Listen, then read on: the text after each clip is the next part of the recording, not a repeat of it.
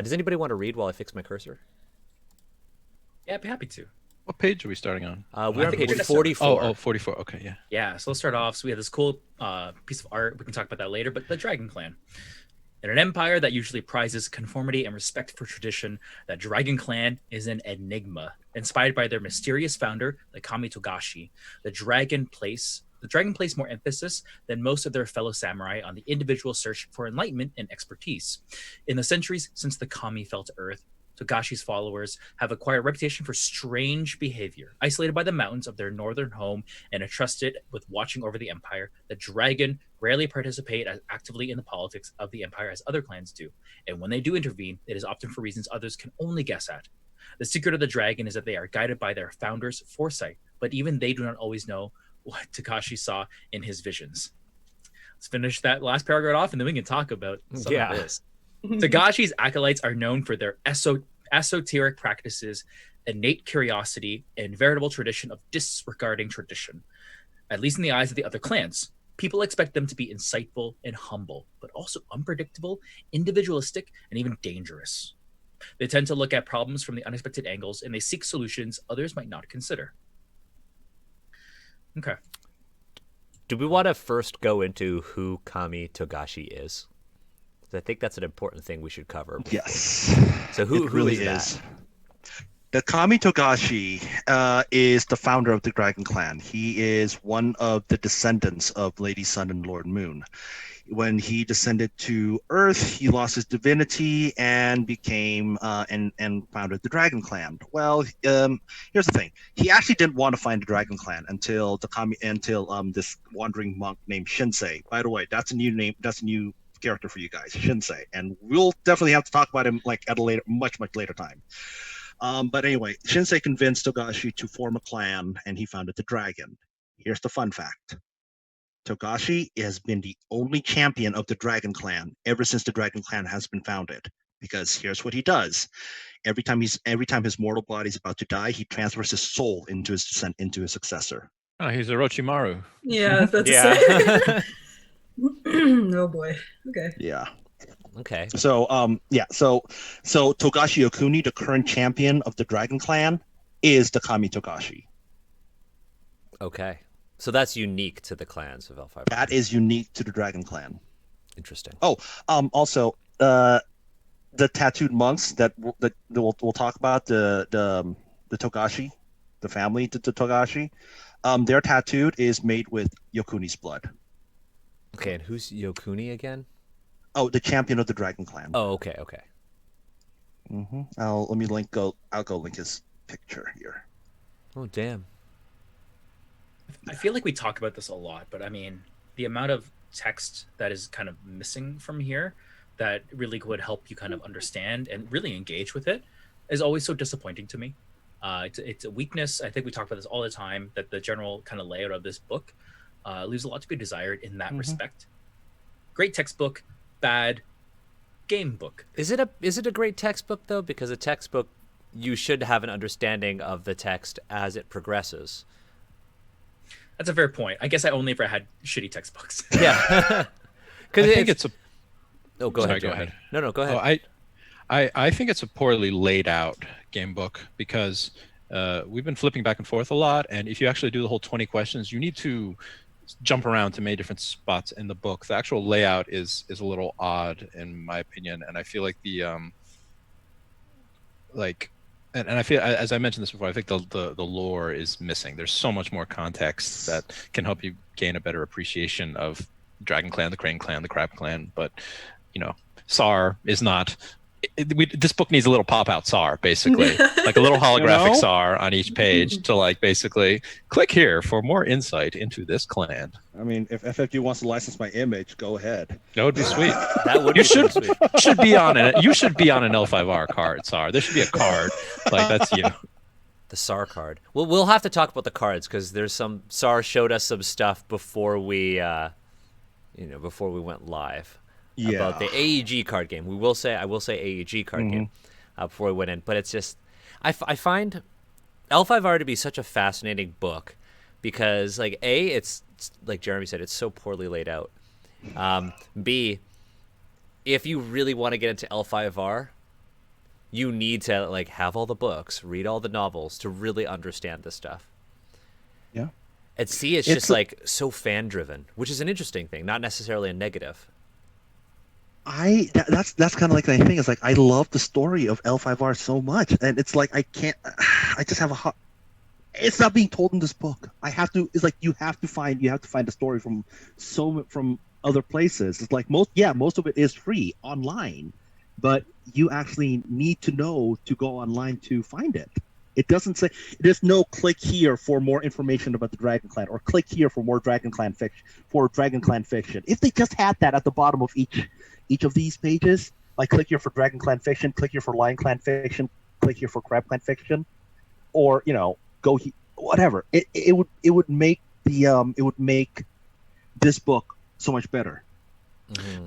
Interesting thought. Do we think, there are plenty of other games that have mountains of lore. I mean, like any World of Darkness game, Vampire the Masquerade. Yeah. Even like, Forgotten Realms in D&D 5th edition has a lot of lore to it. What do we think is different about L5R specifically with the lore and the intertwining of the story? Because I think for me, it's the fact that the LCG is the lore. Like it actually changes and drives the storytelling based off of, who wins in the card game. Mm-hmm. It when I play Vampire the Masquerade, when I open up that Vampire the Masquerade book, at the very beginning, it's like pages and pages and pages and pages and pages of lore. Every single chapter is dripping with lore. Every single when we're talking about each of the vampire clans, I know what I'm playing, and I know what a Bruja is when I'm playing a Bruja. When I read the Bruja chapter, I know what a Tremere is. I know what a Toreador is. I know what a Ventru is. And I get that idea because the lore is pretty much all laid out. It gives me archetypes of what each of those clans are. This doesn't really do that. It doesn't tell me like that as a Dragon Clan you could be this, this, and this. As a Lion Clan you could be this and this, this and this, right? Yeah. I think it's interesting. Like D&D doesn't do that, but somehow because D&D is like a standard fantasy kitchen sink. I don't know. It feels like lore is more.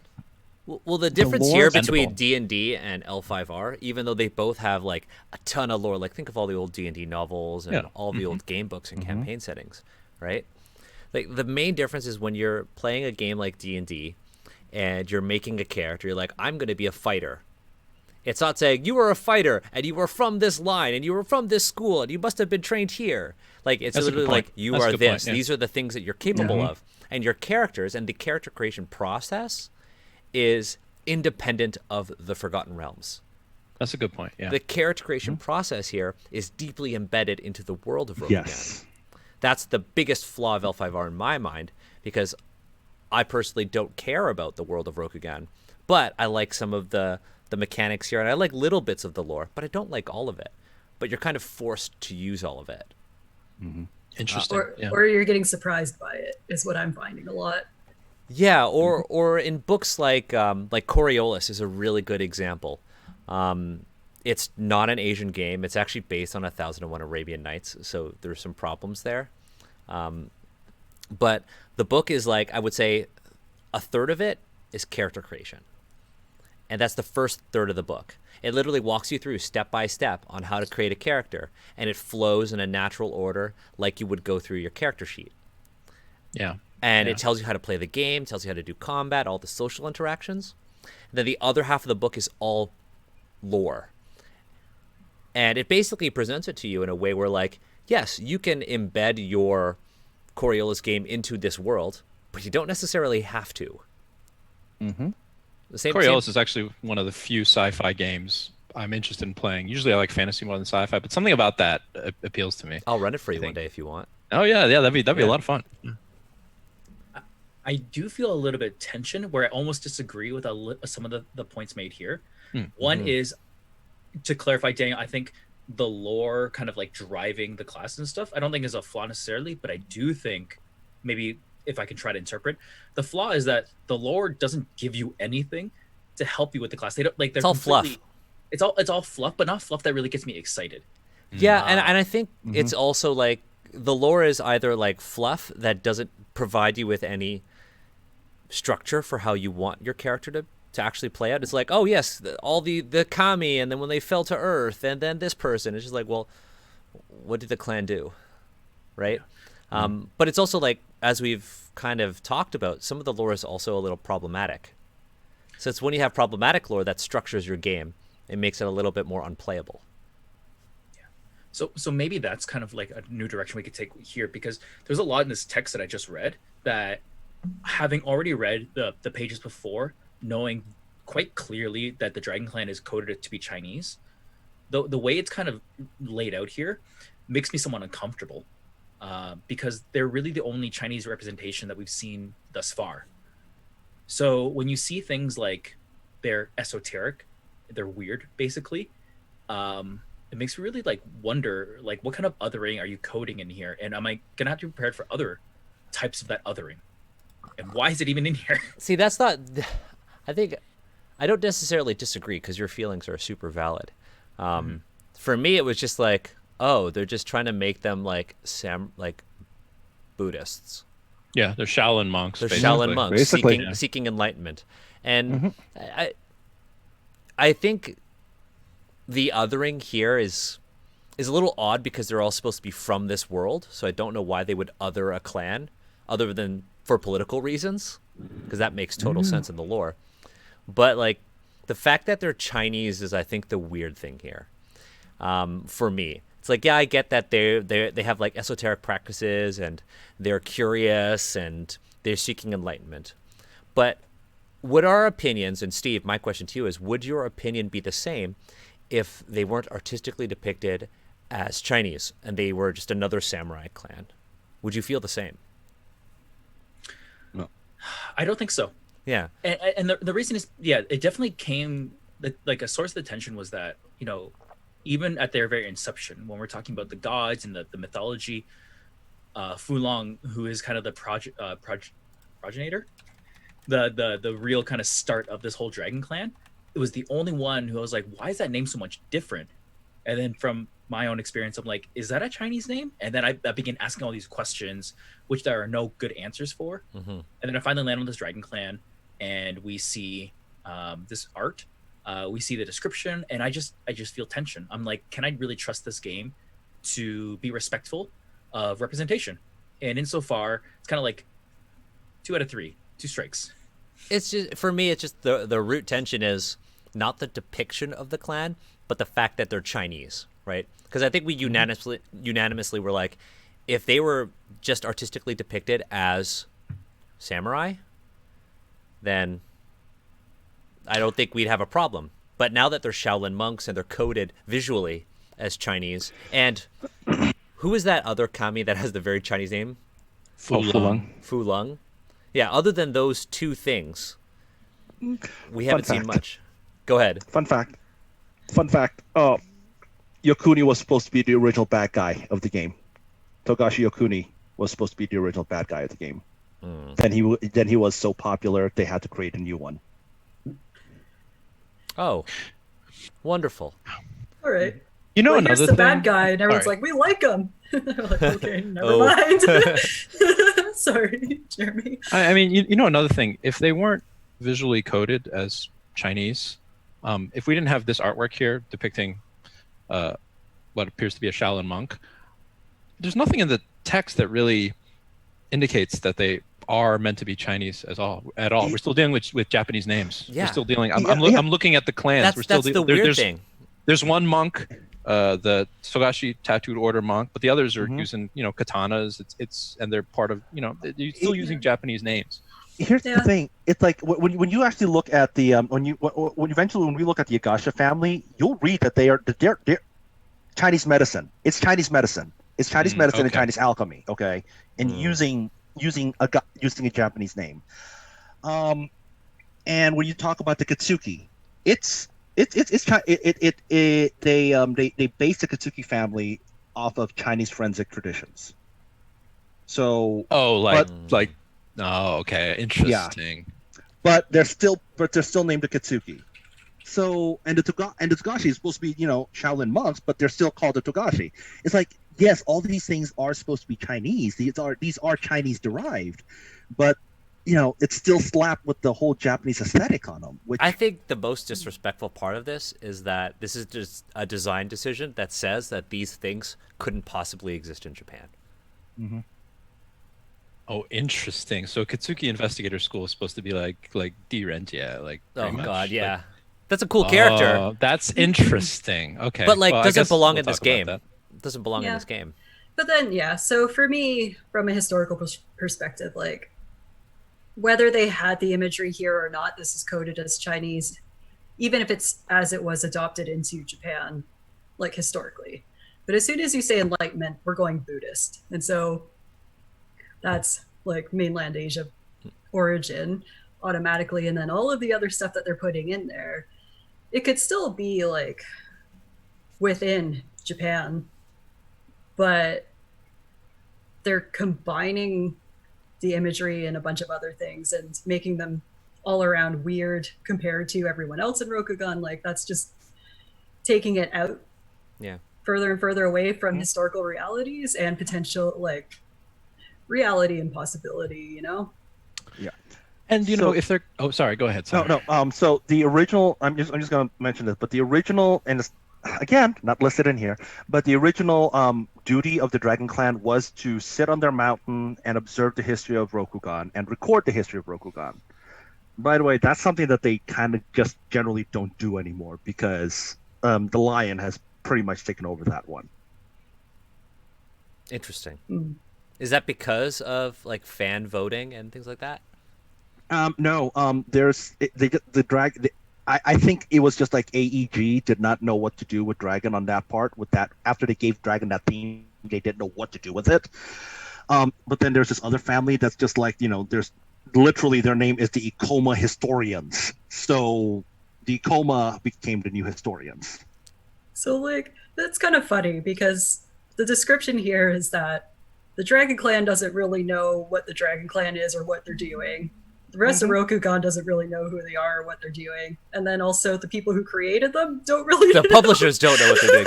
Because what the Dragon Clan is and their role. I will say this. This section right here, the Dragon Clan as depicted in this book is a whole lot less confusing than the way the Dragon Clan was depicted in all AEG books. Let me tell you. Even going up to 4th edition.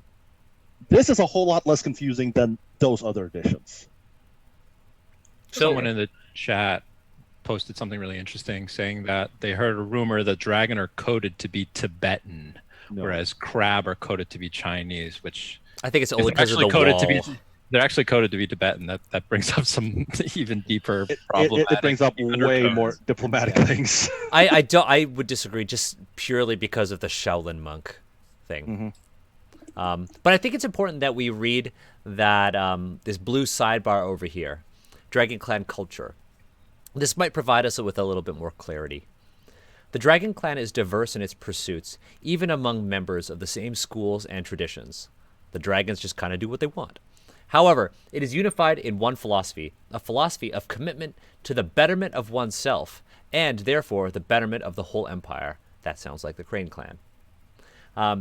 Despite the individuality displayed by Dragon Clan samurai, they have been united in their task to watch over the empire and record its history, which occasionally means coming down from their seclusion in the northern mountains to face the empire face to face. So they do record history. So, yeah, but the Ikoma does it better. Yeah, because they're actually not living up on mountains, isolated from everyone. Pretty much. Yeah. So I mean, right now in the FFG story, there's this really interesting thing in which the Kami Okuni just out of nowhere, decided Togashi Okuni decided out of nowhere to send the main force of the Dragon Army into Otostan Uchi, into the capital, and nobody knows why he's doing it. And this happened like right before the Emperor died, and and his order was simply protect the prince. But there's 2 princes, and nobody knows which prince he was talking about. So that's the dragon for you. It sounds almost like a sitcom. Like, oh, what do we do? So, what does your character know? All Dragon Clan characters have a greater awareness of the following topics. You have, I don't know why they put this, you have a general awareness of the politics within Dragon lands. You can name major family heads and other leaders and know their respective positions and allegiances. You know more about monastic life and traditions than most other clans, having likely interacted with the Togashi Order throughout your life. Due to the rugged nature of your homeland, you know how to properly prepare mounted flora and wildlife for human consumption. You have a working understanding of many physical phenomena of the natural world, which others dismiss as uninteresting or beneath their station. The third one is like, you know how to survive. Wouldn't everyone? Well, I read that and I'm like, there's a lot of stuff that grows in mountains where it's like it's not meant really to be eaten. Like stuff in the mountains, like don't eat meat because it's really hard to get resources out of the ground. But being people and being able to like harvest those resources, I think that's really meaningful. I think that's like super dope. But this is this saying that the Dragon Clan are the only people who live in mountains? Technically, yes, because the dragon, they do live in mountain settings. And here's the thing: you take a crane, you put him in a mountain, that crane would probably die in a day. And so like the dragon don't have any. They control all of the mountains of Rokugan. They don't control all the mountains of Rokugan. However, they are the only clans that live pretty much exclusively on mountains. Oh, okay. They're meant to evoke that imagery, in Chinese painting of like a mist-shrouded mountain, and there's like one person there, or like someone training under. That's kind of what they're going for, essentially. Yeah. Sorry, Steve, what were you going to say? Yeah, I was going to say, I think from the text written here, I would absolutely walk away being like, only Dragon Clan live in the mountains. That's like what the text is. If that wasn't the case, obviously bad design, right? But people are saying that Scorpion and Crane have mountains, Centipede live in mountains. They do, but they also live on flatlands. Gotcha. Crane, most of their land is flat. Most of them is arable or coastal. Okay, Vimy, they don't generally go up into the mountains unless they're training with a Tenku. Same thing with the Lions. They don't go up to the mountains unless they're training for something. The Phoenix probably is the only other clan that regularly goes up a mountain, only because they're communing with spirits. I find some of their shrines are there. I just find it so interesting that I just went back to Crab and Crane, and there's nothing about that, like survival or being able to consume certain foods, right? For me, it's like, why is this piece important here? Because they're meant to be like kind of have a ranger quality to them. Like if a Dragon Clan guy comes into your group, But are they? He's gonna know more about nature. But but is that a ranger or a druid? Actually, I know. A little bit of both, I think. Yeah. Hear me out on this one. Remember how the dragon's supposed to, I think, and this just kind of struck me, so I may be completely off on this one, but remember how the dragon's supposed to keep Chinese? Yeah. Chinese herbs foraging? I guess, but that, again, that's just like, and then they would just be playing off of a stereotype because literally every culture has an understanding of medicine. Yes. It would be really, that's just another form of, playing stereotypes and exoticizing certain practices. It's like, oh, Western medicine rules, down with Eastern medicine. It's just, what? So interestingly enough, in my games of L5R, my Lion Clan character is somewhat romantically intertwined with a Dragon Clan character played by another player. And the way he approached playing this character was kind of stereotypical. I mean, played the character like a hippy-dippy kind of, person that, interestingly enough, got deeper as the games progressed, in that he basically thought that the code of Bushido was BS. And because it wasn't what he was used to living on the mountaintops. And our characters have gotten steadily kind of closer based off of that sort of free kind of thinking. So that's an interesting thing that maybe could be done with the Dragon Clan character, but also it's based on a stereotype. So what does Bushido mean to the Dragon Clan? Sincerity, aligning one's words and deeds with one's intentions, is the greatest virtue to the Dragon Clan. In this way, its samurai may remain true to themselves even if they should fail. While members of the Dragon Clan take their obligations seriously, they define duty and loyalty somewhat differently than most other samurai. To a dragon, unquestioning loyalty is not loyalty at all. The Dragon Clan lords have been known to tolerate and even value criticism that others would see as grave insubordination. Okay. Yeah. So if you actually question your your commander. If you were in any other army, you'd probably be ordered to commit seppuku. You do it in a Dragon Clan army, your commander will hear you out. Don't they hire a lot of Ronin, I think, right? Or did I misread that? All clans hire Ronin. All clans Okay. hire a lot of Ronins. I got the impression that Dragon were more willing to take on Ronin in their ranks. Oh, they are. Well, they, Okay. they definitely are. They definitely are Free because thinkers. Yeah. it's less of well, the dragon and the crab, and again, the crab is pragmatism. The dragon is their birth rate is dwindling. Their dragon is they're the only clan whose birth rate is dwindling. That to the point where the nobility are actually adopting common children and promoting them to samurai. And that is also why they had to beef their army numbers up with Ronin. Somebody in the chat, Ziggy in the chat, said that the dragon place a higher value on their peasants than most because of the harsh land. Yeah. Interesting. That's kind of neat. It's interesting that the Chinese coded clan is facing a problem quite common in Japanese society right now. Yeah. And that their birth rates are very low. Interesting. Yeah. Let's move on. And so we're gonna go to the as we scroll to the schools, I've been families. on this one point, families. I've been on this one point, which was earlier on we were talking about the coding of like Tibetan versus Chinese and things like that, and that really struck a chord with me because it's not. I could see it either way, but if you take a step back and you think about like why you would code at all, the reason you would do that is so that your audience, that those of that culture would be seen and understand and be like would build that trust with the designer and the creators and whatnot. But when you code and it's not clear, it's like this kind of vague coding or generally bad coding. What you're really doing is you're basically like kind of erasing a little bit here. You're kind of like brushing over a lot of nuanced experiences. And right now I'm just kind of talking like in really flowery terms. But what I would say is if you take a look at how we read the Dragon Clan and how we're like, I think it's coded like this, blah, blah, blah, blah, blah. And then you read something from Unbreakable, which is written by actual creators from those cultures. And you read through the text, you're going to feel differently. I guarantee you it will feel different as a consumer of that text. And the reason is because the writers are doing things subconsciously where they're inserting their own experiences into that text. And when you read it, you are actually going to gain a little bit out of that.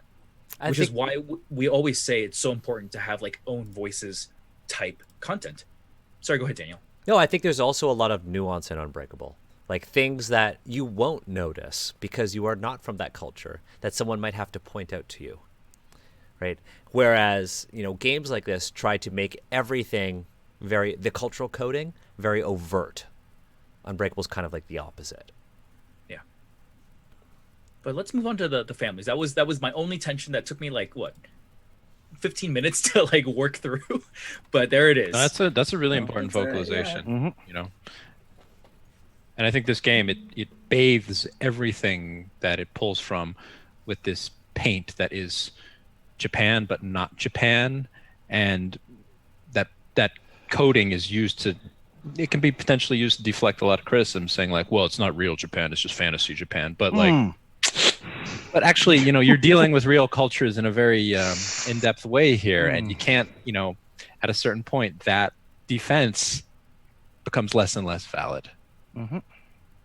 Yep. And that's basically what ever since you guys started covering Legend of the Five Rings, even Oriental Adventures, it's the Rokugan is not Japan is the number one thing I hear from a lot of people. But if it's not Japan, why are they using facets of the actual Japanese language? Why are they pulling from all of these traditions within Japan? Why do you insist on using, why do you insist on putting a Chinese themed clan into the game yet giving them all Japanese names? Yeah, because it's not Japan, they will say. I like my feeling regarding this is if I'm playing a fantasy game that pulls from real world cultures and there's some kind of person or area coded to be Asian, and we see like Asian characters that are just gobbledygook and don't mean anything. I am less bothered by that if all languages in the game are gobbledygook. But if those Asian characters are like just Chinese or Japanese, something like that, I'm like, wow, that really shows how you think about Asian languages and culture in general. It is other enough for you to just, have it dumped wholesale enough into a game. Somebody clip that. I feel the exact same way. I mean, like L5R is not the only game that's guilty of this. D&D does the same thing. You see like all of these, like all the human names, and you don't see like European names really, right? Well, actually, Xanathar's guide does have a thing in the back that's like they Spanish do, names, but names, but I'm like talking about like the player's handbook. Yeah, and you go and it's just like human, like Asian humans. We're just gonna call them the Mulan. Yeah. Oh, so there was a thing I mentioned. This is a bit of an aside, but the thing I mentioned on your Patreon, Steve. Sorry, not Steve, Daniel. Why? During the Crane Clan episode, yeah, me and Sar kept calling Daniel Steve. The ghost of Steve was Ghost everywhere. of Steve. But interestingly enough, I noticed this when flipping through the Sword Coast Adventurer's Guide for D&D, where it is describing Karator. Karator is mentioned, I think, twice in the book, and in the second half, it's mentioned under this far traveler background you can take for yourself, where it says you are a far traveler, potentially from Karator. You've gone to the western side of the world, Faerun, and people are likely to just refer to you as Shou, aka one of the Chinese ethnicities in Karator, because they think everyone from Karator is Shou. It says that in the description. Yeah, it's literally like all Asians are a certain kind of Asian. Yeah. Yeah. I mean, even in Sword Coast Adventurer's Guide, it has some really bad stuff on what they say Karator is.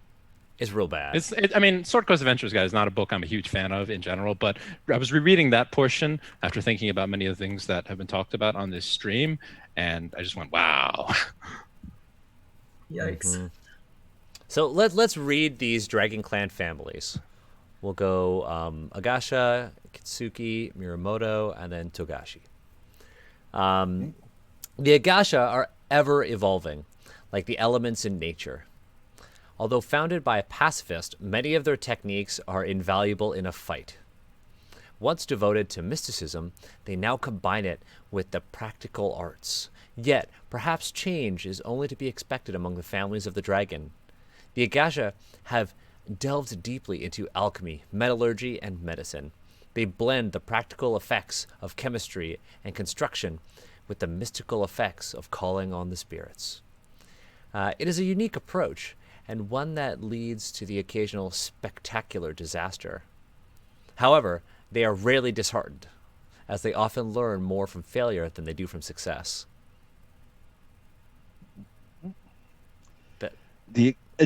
Goes back to, and this is when we read the next family, the Kitsuki, it's going to make a lot of sense, because the Agasha and the Kitsuki, they are kin. They are the same. They're basically two sides of the same coin.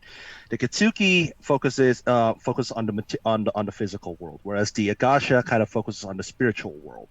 The Agasha are more alchemist and more scientific. When you think Agasha, when you read that part about accidents, think about the scientific method, trial and error, finding out what works and what doesn't work. And the Kitsuki is about deduction. Well, let's dive into that then. So the Kitsuki family, as befits the odd nature of their clan, even the courtiers of the dragon are unusual. The samurai of the Kitsuki family are most well known for their keen perception and their investigative techniques that rely upon physical evidence. They bring to the physical world the same attention to detail that the Agasha bring to spiritual matters. A small family, they serve the empire as magistrates and the dragon clan as courtiers. In both roles, their eye for deception and knack for finding the truth serve them well. So I'm just pulling up these art things. The fact that I know the Kitsuki clan is secretly like Detective D in disguise, like that is cool to me. I like the investigator class in like Pathfinder, and like D&D has one called like what's it called? The I forget what it's called in 5th edition, but I like this, but only because, sorry, you told me what it actually is. This core text does not communicate to me that they are supposed to the Rokugan detectives. Okay, so They just have keen senses. Yeah, here's the thing. We were talking about what micro RPG the clans would be.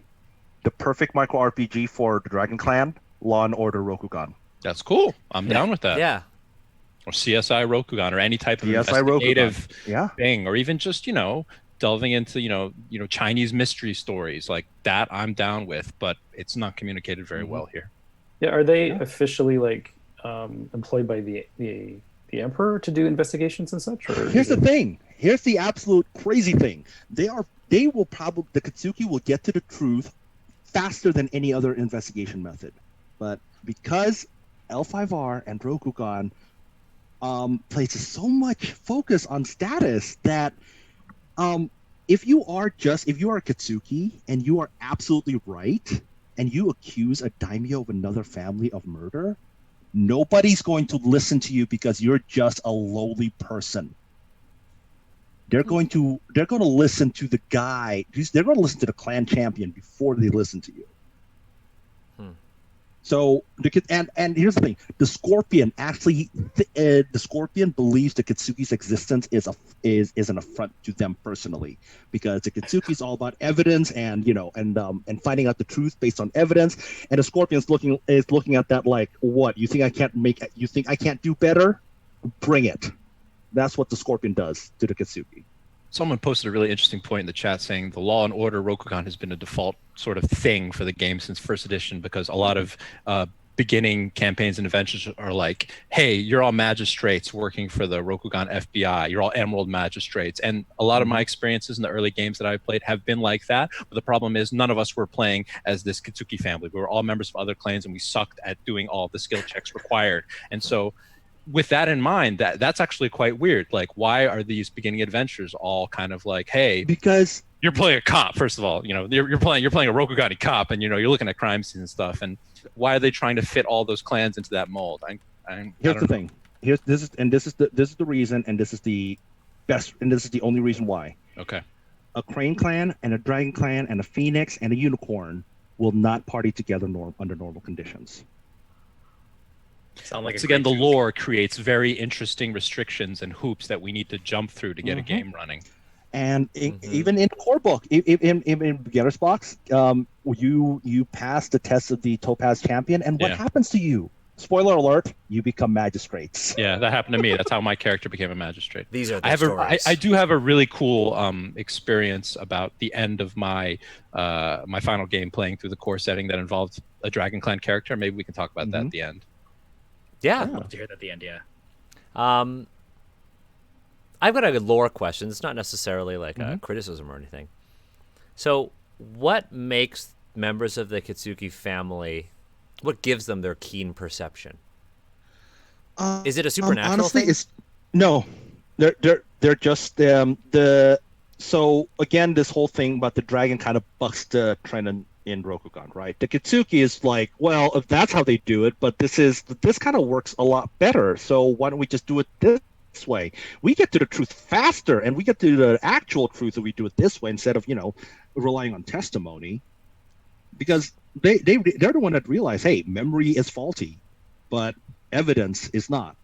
So, but it's not necessarily their keen perception then. It's just their investigative techniques. Because when I read keen perception, I'm just like, oh yes, it's like they can spot evidence quicker. It could be. There's only been one story that kind of demonstrates this, and that was when Kitsuki Chiari discovered the speck of blood on a sword and she deduced from that the Emperor was murdered and did not die of natural causes. So that's only been one story. I haven't heard much other story. There hasn't been a lot of other stories involving the Kitsuki. Okay, cool. To me, it sounds like it's basically a family of amateur Sherlocks that just are amateur Sherlocks because they really like doing it. It's like the Hardy Boys, Nancy Drew, 3 investigators of Rokugan. It's a bunch of annoying teenagers. Yeah, a little bit. Actually, you know what? Hey, there's another L5R Scooby-Doo. That's the dragon. Yeah. I mean, I'm down for that. L5R Scooby-Doo, I'm down for. I think L5R we only, do an L5R Suicide Squad. I'm down. I mean, only It the could end Dragon up being Clan, the same thing. because only the Dragon Clan would accept somebody like Shaggy, right? Yeah, the dragon. The dragon Lore-wise. actually. Well, here's the thing. I think, but Fred would totally be Crane though. Fred would. Yeah, be Crane. Fred. Actually, Well, you know what? Velma. Velma would be Crane. Velma. Really? No, Velma is You gonna do that to Kitsuki. my girl Velma? I'm gonna put her in Velma's Crane? Kitsuki. Well, You no, mean Daphne? nothing's wrong You with mean Daphne? Velma. Daphne? I don't know. This could be a whole. Daphne is Crane. Daphne Yeah. is Crane. Yeah, Daphne's Crane. I think that's like highly evident of one thing I think L5R does super well, better than any other like RPG I've ever seen, in that it makes you feel very emotionally attached to certain clans. Like once you roll a clan, like you stand that clan, and I'm like, huh, that's really cool. That's a cool Yeah. like thing to tap into. Well, I think it's It can because of absolutely the. be abused, but like it's not a negative thing in and of itself.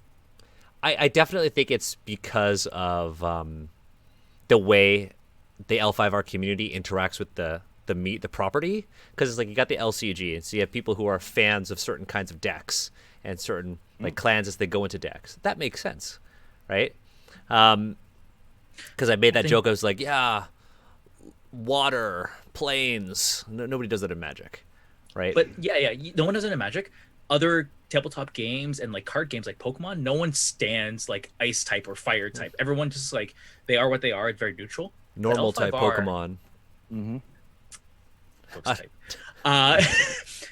L5R fans, they really, really, are very passionate about these clans, which I think is really cool. Yeah. It can sometimes like cause friction, like most things can. But it's definitely a phenomenon I don't see in any other communities I've ever been a part of. I think World of Darkness, I've seen a little bit of this. Well, sort I of mean, stuff. L5R A little also bit, yeah. they do the voting, Yeah. right? Yeah.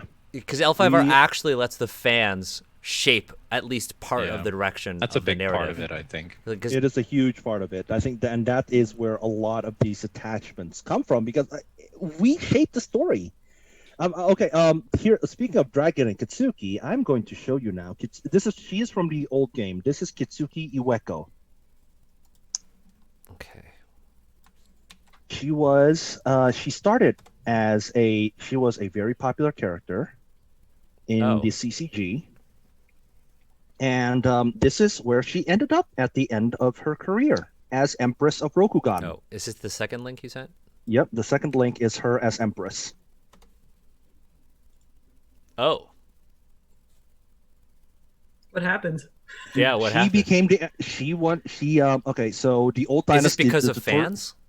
This is because of fans. This is actually not just because of one fan, but this is actually because there was a major tournament to decide which clan was going to front the next emperor, which clan was the next emperor going to come from, and who from that clan was going to become the next emperor. The dragon won, and Iweko became the emperor. She became the first empress of Rokugan. I'm like, that's fine, but why does she yeah. look so different? Yeah. What is the sixth ring in her headpiece? Oh, that's the mon. That's a chrysanthemum mon. That's the mon of the imperial families. Okay. If we go back, she looks very different. You're right, Emma. She does. I mean, it's also about, I think, like a good 10 years between those two pictures. So in game, it's supposed to be 10 years between those two. Yeah. She knows how to contour. Is all I'll say. Yeah. Or it's all highlight. Yeah. No, Got to really balance that thing. That's some good contouring. I can respect the game. Yeah. Anyways, let's go to Miramoto family. Yeah, let's do that. Yeah. The Miramoto samurai are renowned for their unique two-sword style called Niten, or Two Heavens. But they are more than mere warriors. The Miramoto oversee the management and duties of the Dragon Clan, allowing the Togashi monks to pursue their eccentric paths on the way to enlightenment. This makes the Miramoto surprisingly practical and down-to-earth, willing to step in and help their region's peasants when needed. As the largest family of their clan, the Miramoto are the samurai who most think of when they think of the dragon, and they are the dragon most often met outside of their lands. It's very interesting that most of the with the exception of the Phoenix, the ruling family is usually descendant of the Kami. The Phoenix is unique because they have, instead of one champion, they have 5 people that rule the clan, the Elemental Council. The Togashi technically is the champion of the dragon, and they technically are the family that leads the dragon. However, administratively, it's the Miramoto that handles the day to day. So by default, and by because Togashi Yokuni is just kind of like in the cloud somewhere, the Miramoto Daimyo is the de facto champion of the Dragon Clan. Interesting. I'm just thinking every time we look at these families, I'm trying to look for the aspects of them that are like Chinese and the aspects of them that are Japanese. Mm-hmm. And we're looking at the Miramoto family. They're obviously that's Miyamoto Musashi's sword style. Yeah, pretty much. I'm going to link. This is a card, and I'm linking this card only because I love the freaking flavor text. In a good or a bad way? In a good way. It's hilarious. I think it's hilarious. I love how whenever you say that, my gut reaction is like in a good or a bad way, and Daniel just says it. Made me open it. It was a download link. Let me open it. But their whole shtick is that they're just they're a family that dual wields. Yeah, but that's Miyamoto Musashi's. It's Miyamoto Musashi, but it's like, why the Dragon Clan? The Dragon Clan? Because there's nothing Chinese about it, other than the fact that the samurai of this family let their they treat them like hippies. They're hippie like friends, their other family members, go and just do their own thing. Go and seek enlightenment, right? Well, we, the 2 sword wielding samurai, are just gonna protect everyone. Thematically, I don't get it. The quotes on that card are quite funny. One man. Well, I guess. Wait. It's 1 man, 1 sword, 1 strike. But then 2 Miramoto hands. says 2 hands. Oh wow, Miramoto got jokes right there. Okay, we lost Sar. Somebody. that's Sar's okay. back. There we go. It's okay, producer Sorry. Daniel, you can. I have to fix the overlay. Can somebody take over the chat? Why don't I go ahead and I'll read the Togashi Order, and that'll close off our families here for the Dragon Clan. So the Togashi Order, more a monastic order than a true family. The Togashi Order welcomes anyone willing to embrace their teachings and accomplish the challenges required to join. The first of which is finding one of the Togashi monasteries hidden high in the mountains. In truth, many of those many of those able to find their way to their order were members of the order in a past life, returning to continue their training and spiritual journey under the guidance of the Dragon Clan champion. To the rest of the Empire, the Order is known for their skill with the koan, contemplative riddles, and the martial arts, as well as for the beautiful and mystic tattoos that grant them supernatural abilities. There's a lot in there. There's a lot that I was like, wait a minute, you just blew past that? Tell me more about that piece, which is a theme we've seen throughout the core rulebook here. Yeah, the Dragon Clan character that my character is kind of into is a member of the Togashi Order, and he composes haikus in his spare time. He does a lot with poetry and stuff like that. Leans heavily into the kind of hippie monk stereotype.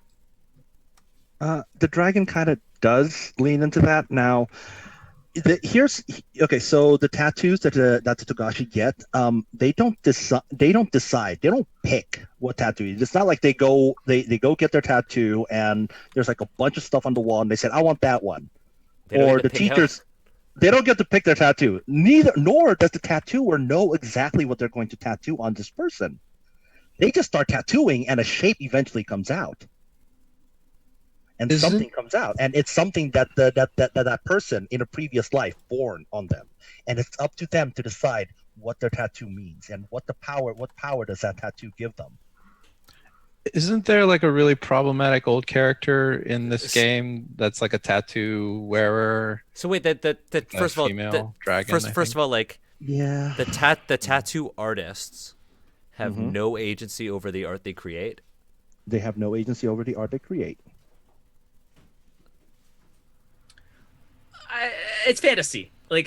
I'm kind of like, okay, where you going with this? But in my head, I was debating whether or not I was going to say this. As you were reading that out, and as you were talking about how they don't get to pick what art they create, I was like, that's the stupidest thing I've ever heard. Imagine if. Okay, think about it this way.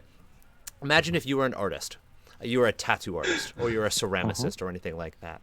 And you read this book, and it's clearly based on, traditional Japanese tattooing traditions, which is a highly revered art form.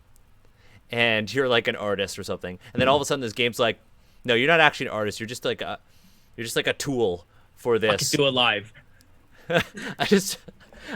I don't get it. No, you're absolutely right. If any artist who reads that is like, that's really, really like ridiculous. It's really dumb. It's like you're not a musician. The instruments you don't get to make your music. The music just kind of comes out. Mm-hmm. And so the part. Oh, sorry. No, Emma, please go.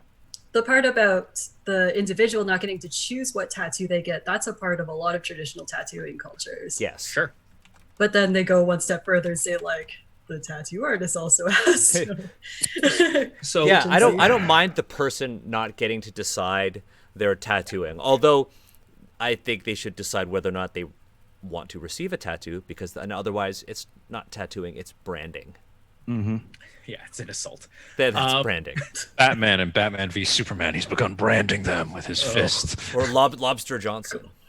Yeah. Johnson. The way I read it, and the tension that I think we're both experiencing, is that I want more in that. There could be something to be said about an artist who doesn't plan 100% and just like uses the context to just like express art on someone's skin.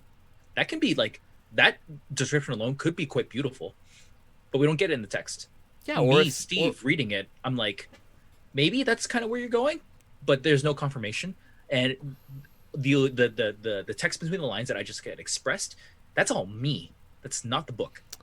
Yeah, or like I would get it if like, oh, the Togashi tattoo artists are actually mediums, and they have the skill of their bodies, their hands are allow them to actually make these works of art. But when they go and they tattoo somebody, they also maybe share their body with another entity that is also guiding the artistic process, which I think is really cool, right? But it's just like, I'm just gonna put my hands on you, and then you're just gonna have this tattoo. I don't know.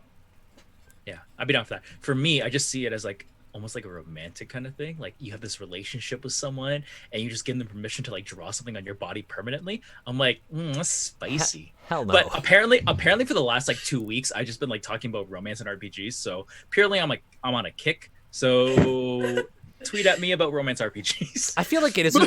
I feel like this isn't a 2-week thing, Steve. It's been like a year thing. So. Yeah, as long as I've known you. But yeah, the Togashi are just weird because it's like,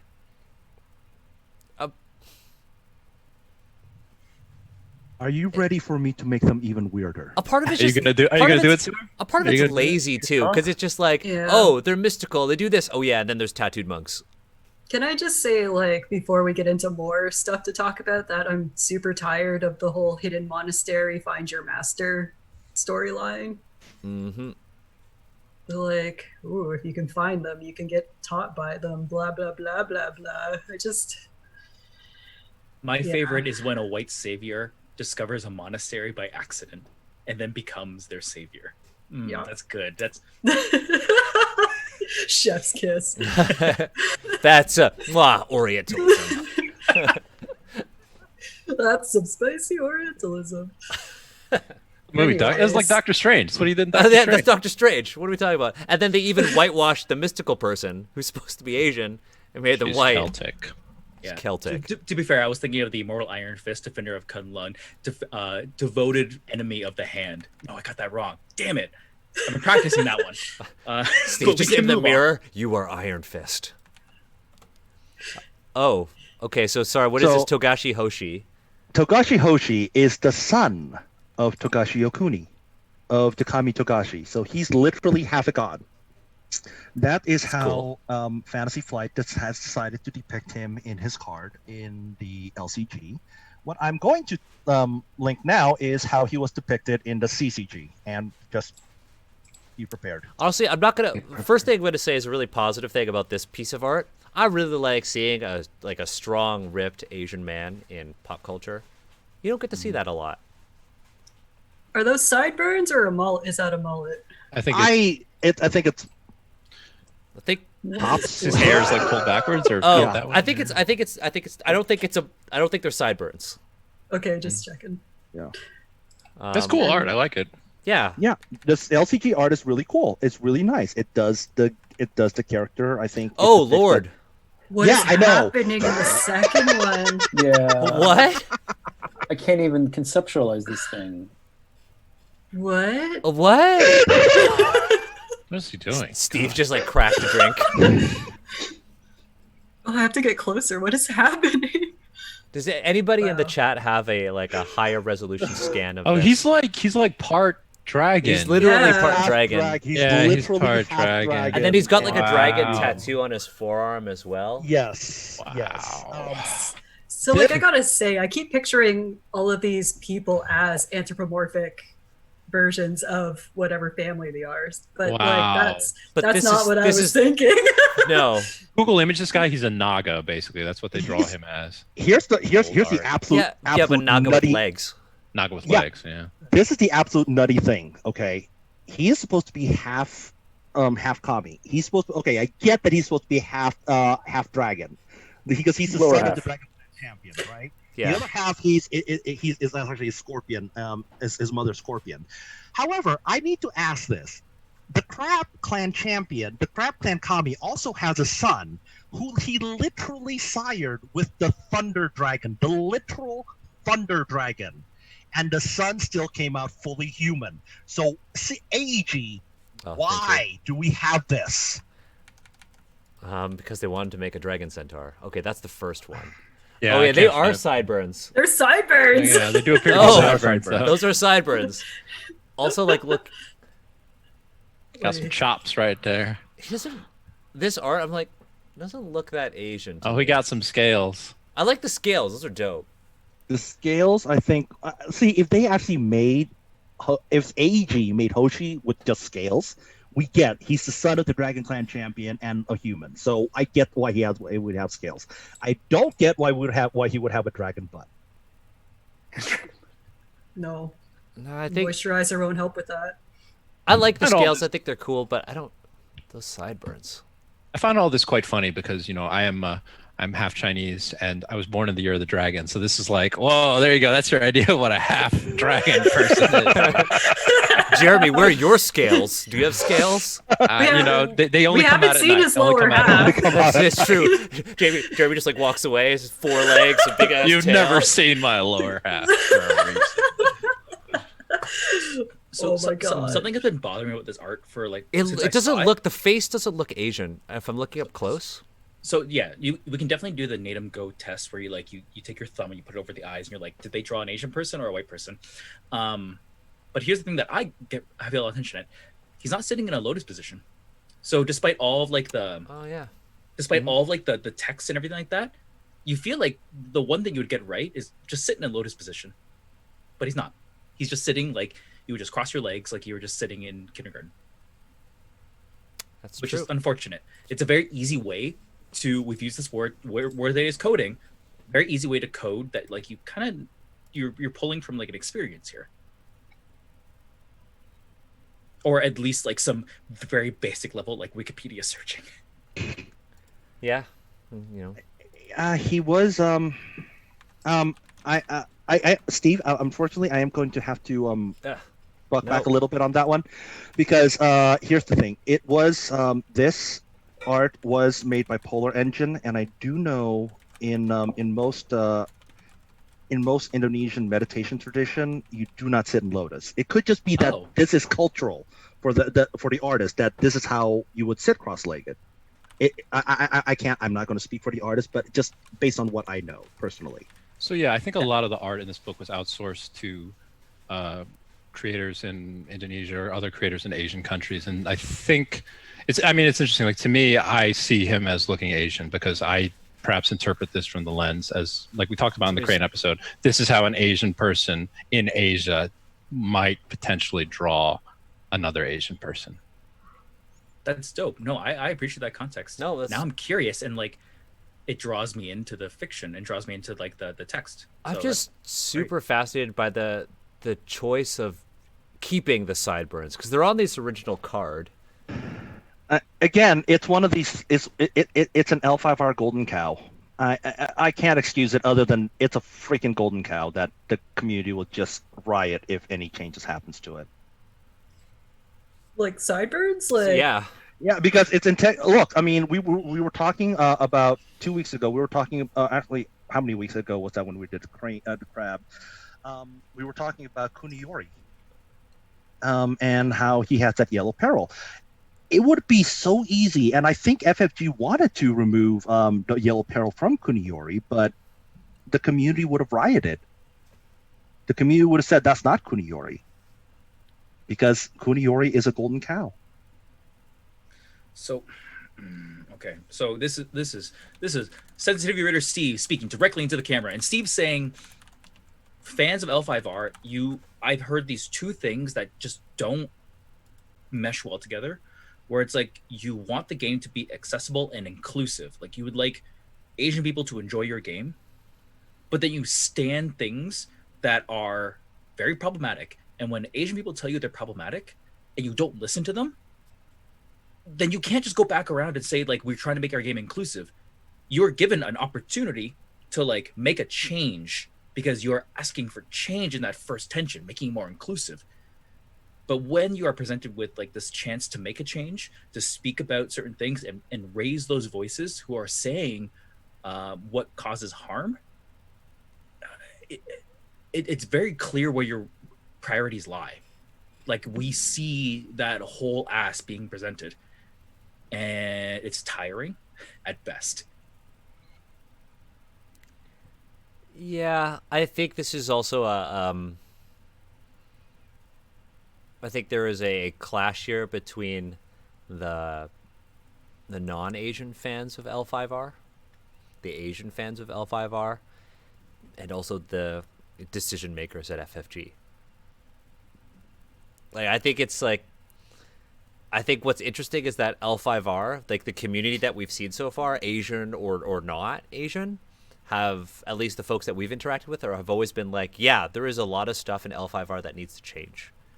And I suspect that a lot of the problems actually come from FFG decision makers.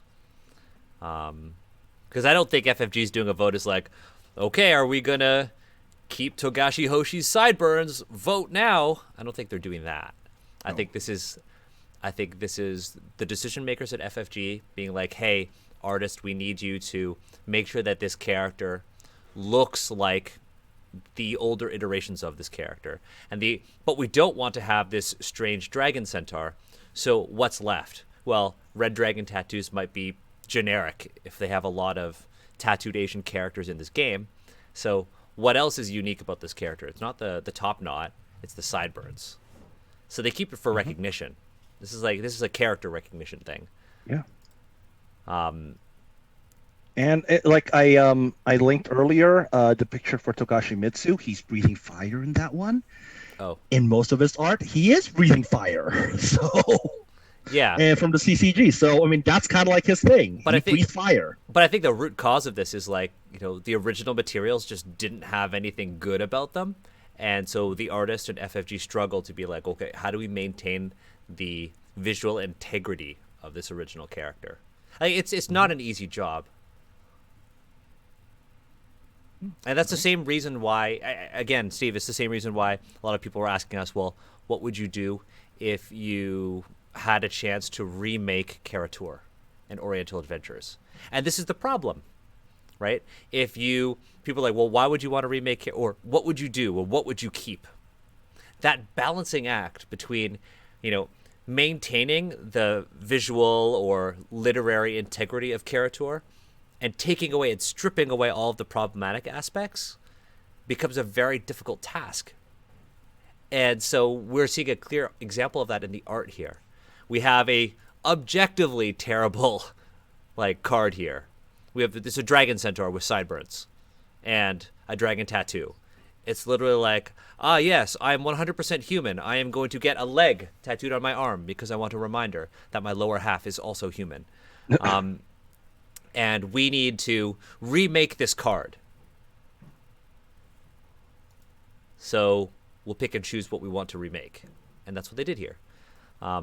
That's why I'm always in favor of, let's just make it from scratch again. Let's keep the character. Let's keep the story. Let's just change the way the character looks entirely. Yeah. But again, I think apparently that's a very hard task for companies. It's honestly, it's hard for the fandom to swallow. It really is. Like, I mean, it's just you so many characters in L5R is you look at them, you know exactly who it is. Tadaka, he's got a straw hat. You can tell he's got a straw hat and he's got that mask. I see anyone like that, I know that's Tadaka. You know, it's I just find it very interesting. Legend of the Five Rings has almost made its job as a role-playing game harder because, first of all, they're trying to represent many Asian cultures. They're trying to represent Japan. They're trying to be so many different things to so many different people, and they're also got this huge fandom and this huge lore that they need to reconstruct and reimagine, particularly with this edition. And just on the topic of the art, I want to bring up one interesting thing.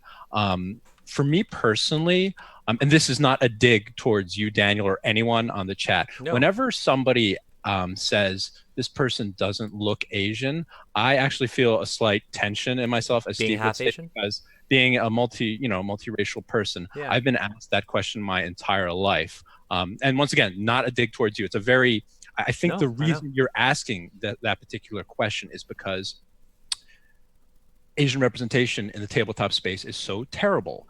And because this book does have many blind spots, and because there was that one guy who was kind of obviously a white dude stuck on L5R card. So L5R has almost like created its own hidden traps where it's like they're making stuff really almost harder for themselves than it would be otherwise. And it is a delicate situation. So I kind of feel a little bit for the artist in Indonesia who created this piece. But once again, you know, as you said, Daniel, maybe it would have been easier for Fantasy Flight to New 52 this whole thing, like a good New 52. Or like just like Age of Sigmar it. Yeah. Yeah. I think it's just, it's like, I almost feel for them because I know the tough situation that, I can imagine the tough situation that they've created for themselves here. Yeah, and it's not like this isn't something that media properties do all the time. Like New 52 and DC. Marvel literally did Ultimate Spider-Man, Ultimate X-Men, The Ultimates. And they had very, very long runs, and we wouldn't have cherished characters like Miles Morales, who came out of Ultimate Spider-Man into this sort of mainstream Spider-Man universe. So it's like it's not like it's difficult to do. It's a matter of like, does FFG care enough to do that? I mean, I think they have this fan base that is obviously so passionate, and it's a tough decision. You don't want to alienate the fan base. They already have alienated members of the fan base with this new edition, and so they're trying to reconstruct. They're trying to reconstruct a new mirror out of a broken one, and it's tough. And again, there are business interests here. There are moral interests in this, and it's a very tough balancing act for FFG to do. Right. And like I don't hate FFG for that. I hold no ill will towards them for any of that. It's like you said, they've laid out all these trap cards for themselves, and it's just like really tough to do anything. But let's move on. We finished the Dragon Clan families. First, like, impressions so far on the Dragon Clan. Do we like them? We got Dragon, Crane, and then Crab are the three we've kind of seen so far. Thoughts? Personally, if I do play Dragon Clan, half the time I'm playing Kitsuki, only because I really like that investigation. I like playing Law and Order Rokugan. It seems like the most interesting one to me. For me, there's two parts. One, I've been listening to the Dragon Tales opening theme, that children's show on PBS, on repeat all day today because I knew we were doing Dragon Clan. So that's point one. Point two, I get a lot of hinting at Buddhism and just like being a monk and like living in the mountains away from society to focus on the spirit and the soul. And I wish there was more of that. I just like, if you're gonna portray Buddhism and kind of the spirituality of it all, go whole hog, show me like what you got. Show me like what it means to be separated for so long and what that affects you as how that can affect you as a person. Give me that. I want to tell that story. Yeah. The text here doesn't give me any of that. Yeah, but then they've the foundation of their world is on Shintoism, with little hints of Buddhism spread out. Because it's not the first time we talked about Buddhism in L5R, but and I absolutely feel that tension, Yeah. and I walk away from it feeling kind of erased a little bit. Right? totally. And I feel that part of me that like really connects with Buddhism. And I read it, I'm like, oh, like you're setting me up, like we're gonna get something really cool, and then it never happens, and I'm like, if it never happens, then I guess it's just erased, it's gone, and that sucks. Yeah, and in that erasure that you feel is even, might even feel stronger in a game that's so heavily based on its lore. Mhm. Emma, Monty, Jeremy, I know, sorry, you're a Crane Clan. Oh no. Do not call me a crane. Never Sorry. ever call me a crane. Yeah. That is dual worthy, sir. That is dual worthy. SAR's thing was that he wore the crane pin last time because he wanted to let them know that he was going to dunk on them, and he was like, sorry, but you didn't dunk Yeah, on no, them. I You didn't- did. But, look, I mean, look at today. I'm wearing dragon You're wearing today. dragon. Oh, I didn't even. You didn't say anything. I I'm didn't even wearing, see it. Yeah, I'm wearing dragon today. Okay, I take it back. we lost Sar from the stream forever. It's like I'm out. So impressions so far. My thoughts are very. Oh, do you want to go ahead, Emma? Or No, I was about to say I don't really have any like draw toward Dragon Clan. Really, they just kind of see like I don't know, from the beginning. It's the I don't know clan Very much. in a way, but also heavily coded as Buddhist. It's like we needed to fill a slot, and we'll just kind of. Yeah, but then also a little bit of that mash-in of the like mountain mysticism that's a little bit stronger in Shinto, where the mountains, the boundary between the other world and our world is thinner in the mountains, which is why most people don't go into them all the time. That's kind of like speckled in here a bit too, but like, I don't know. I don't think I'd read this and be like, I'm gonna play that. I want to be them. Yeah. I actually find this clan the toughest to read so far, which is surprising for me. I didn't expect that going in, but I think just the fact that they're coded Chinese, exist in this quasi-Japanese culture and are kind of dismissed in some way as people that just live on their mountains and are they have a whole clan that is known as fighters, but they only fight so that the other ones can just meditate on mountains like that. It makes me feel it just makes me feel something when I read it, and it's not great. I will say this though. This is a game. Remember, one thing I got to remember is L5R is set in an Asian setting. And here's the thing: when something is set in an Asian setting, people expect dragons. I hate to say it. I hate to say it. I mean, do they? If it's like you say Asian setting, but Asian is like Asia is huge. East Asian setting. No, even if you say East Asian setting, it's like, what do you mean by East Asia, right? Like if you were thinking like because this is supposed to be Japan, right? But here's the thing: if I say always... this is a game about samurai, do people be like, I want dragons? No, they're like, I want ninjas. That's what the white people will say. I want ninjas. I will fully tell you what I was expecting when I opened my first booster, when I first opened my first starter deck of L5R when I was like, God, I think 11. I was expecting to find a dragon in there. I was expecting to open that box and find a dragon, and I found a dragon. You know what? And like that's 100% valid too. I just again, that's my personal experience. I could have been speaking a little bit out of turn there, but I was expecting to find a dragon, and I found a dragon. You're never out of turn if you speak about your personal experiences on this stream. Never. Thank you. Yeah, 100% valid. For me, it's just like, from my own experiences, it's like, if you tell me this is a game, because this isn't a game about Asia, because FFG isn't like, this is an Asian TTRPG. This is a game about Japanese court and military drama. But anyways, let's move on. Although Phantasmagorica did bring something up, and I have a booster pack story. First ever Pokemon card pack, and I got that Charizard. Still have it. Nice. Yeah. Let's move on.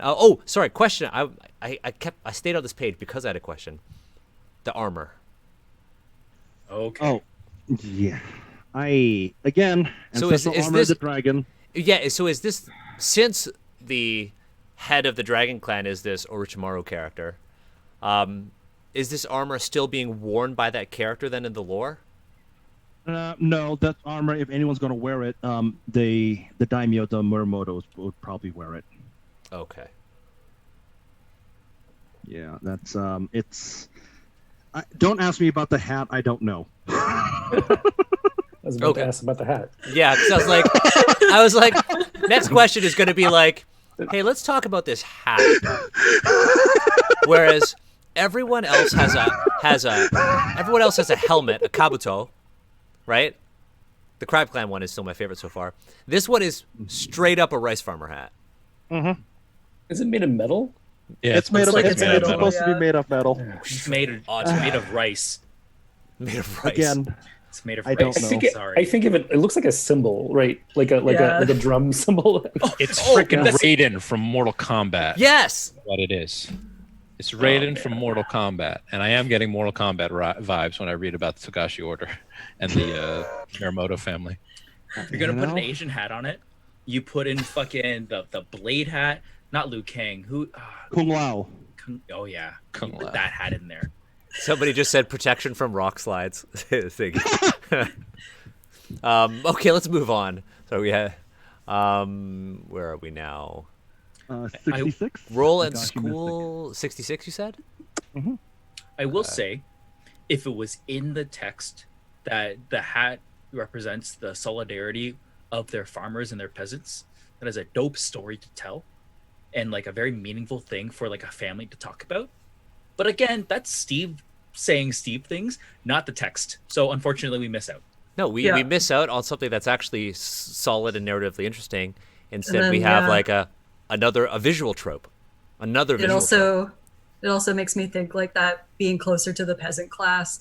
There's a major like part of Buddhism in Japan is Jodo Shinshu, and the whole idea of Shinran, who started it, was that you can't really achieve enlightenment by ignoring real life. You have to, for everyone, be able to incorporate Buddhism into your everyday living and things that normal people do. And so he gave up on monastic life and went down to live with everyone. So like that's another thing where it's like that's kind of neat, but I'm totally reading that into that.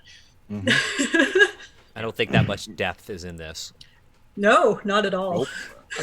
Imagine if any of these dragon clans had written in there the idea that you have to like leave the mountain at some point in time. Like you can't just stay here forever. That's not what we're about. And if that was like part of your character's tension, like your like Homesickness. backstory, that's like so fun. Like your homesickness, your diaspora, like these are all stories that, you know, people, not just Asians, but like people want to tell. And these are stories that this book does not tell. Doesn't let you tell. Can you imagine Unless if you like, get the effort. oh, I'm, you're in the plains, the prairies, and you look up and you see the mountains, and you're like, yeah, that's my home, and I'm down here. And all the food's different and weird. I kind of think of Dragon Clan as like Goku, Kid Goku, like when he was just living in the mountains before Bulma found him. Yeah, a little bit. Yeah. Oh, that'd be Dragon Ball RPG. Oh, you're not the first to have made that reference in L5R. Our games fall into that Dragon Ball Naruto space very easily. Oh yeah. So let's go to Agasha Mystic School. I think we should start with the little blue sidebar on Dragon Schools. Ostensibly, the Dragon Clan's chief aim is to record and reflect upon the happenings of the Emerald Empire, but others wonder if there is some other objective the Dragon are pursuing in secret. The schools of the Kitsuki and the Agasha train their scholars, investigators, and shugenja to perceive the natural world and classify their observations, while the teachings of the Miramoto and the Togashi dojo seem more concerned with individual enlightenment, whether through the sword or the soul.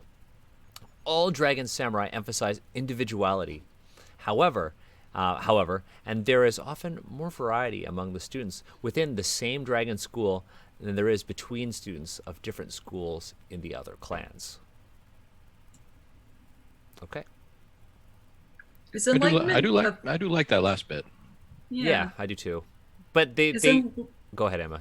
Is enlightenment a factor for any other clan? Just dragon is the only one they've mentioned so far. It's Okay. Here's the thing. Every clan has an order of monks. The dragons, it's just the most prominent. The Phoenix definitely has monks, and the Phoenix, all clans, at the end of every samurai's career, they retire to a monastery in which they meditate on the Tao and hopefully achieve enlightenment. So enlightenment is a pursuit for all the other clans. It's just that the dragon pursue it a little bit harder than all the other ones. And it's only for the samurai clans. It's only for the samurai class. Yes, peasants, you're toiling. There's no retirement for you. You're probably gonna die with a till in your hand. Sweet. But I thought the dragon cared about the peasants. Yeah, but the peasants still need to grow food. There's supposed to be a heretical sect, right? That's trying to teach peasants. Yeah. Yes, there is. It's called the Perfect Land Sect. And Okay, so here we go. I was hoping we could avoid this. Digging No, that but hole. also, Monty, why? but I feel like you have to. You're right, Monty. You're right. Yeah, you are. So I'm poking the hornet's nest. So that is the play on Shinran and Jodo Shinshu, because that's called Pure Lands Buddhism.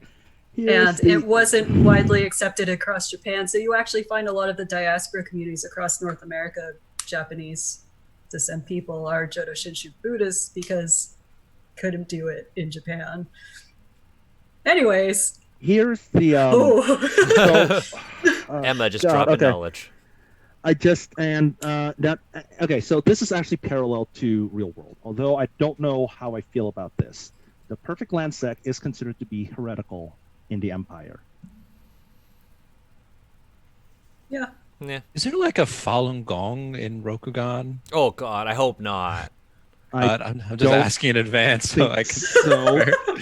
I don't think so. Because I wouldn't put it past this game to. And then the that. Empire is just like doing sketchy things to them. Is that like a? Is there a thing like that in Rokugan? I feel like that's probably a story trope involving some group.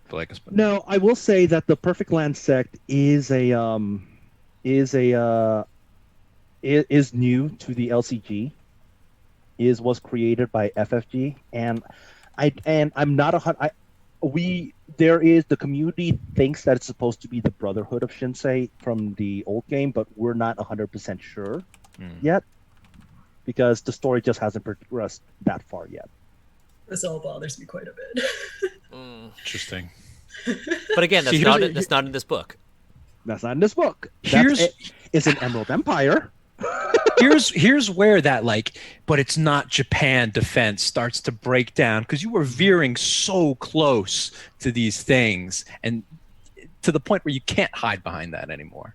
Well, this is where they literally are like, when people who say, "No, this is not Japan," where did their inspiration come from? It's just so obvious. So, you say Shinsei and Perfect Land. I hear Shinran and Pure Land, so it's weird for me. Yeah. But speaking of the book, producer Steve, I guess I'm producer now. Is we got there's 4 dragon schools that I think we should aim got 15 to minutes finish reading through in the 15 minutes. Daniel, what do you think? Should we kind of get through the Agasha Mystic School and then move on? We could definitely do it. Don't worry, we got this. So anybody want to read? I could do it. Sweet. Okay, Agasha Mystic School. The Agasha Mystics mix practical arts with their invocations, using alchemical items and metallurgy as foci for the mystical arts. Through this, they have learned that all of the elements are linked, and there is great power to be found in changing of their states. They make chemical mixtures that enhance or are enhanced by their magic, which are used for everything from simple entertainment to warfare. Agasha weave their prayers into every item they create, from swords to medicine, seeking to push the limits of their understanding. Agasha Mystics are used to venturing out into the world, looking for inspiration from nature in all its multitude of forms. I like that last line. I liked almost all of that. Yeah, I really like I the liked idea. all of it, and really liked a lot of it. It's dope. Yeah, I like the idea of just going out into nature and be like, I respect everything here and everything. And as a player, I mean, like, let's take, inspiration. Oh, that's really cool. Yeah. So, when they said like, which are used from everything from simple entertainment to warfare, fireworks. Oh, Obviously. of course. Great. Some people in the chat were saying Full Metal Alchemist. Yeah. Rokugan. I like Full Metal Alchemist Rokugan, pretty much. Yeah. Well, they do say things go wrong, so. Elemental transmutation. Okay, let's keep moving. So their 6th ranked mastery ability is Experiment and Adapt. Increase your supernatural resistance against air, earth, fire, and water invocations by your ranks in theology. After another character performs an air, earth, fire, and water invocation targeting you, you may spend 1 void point to immediately perform that invocation, even if you have not learned it. I think that's neat. Yeah. It's like, it's playing on that whole, we're curious, you see somebody do a cool attack, it's like, well, I want to try that cool attack too. Like, I think that's cool. Yeah. I personally don't have any problems with the art. I think it's pretty sweet.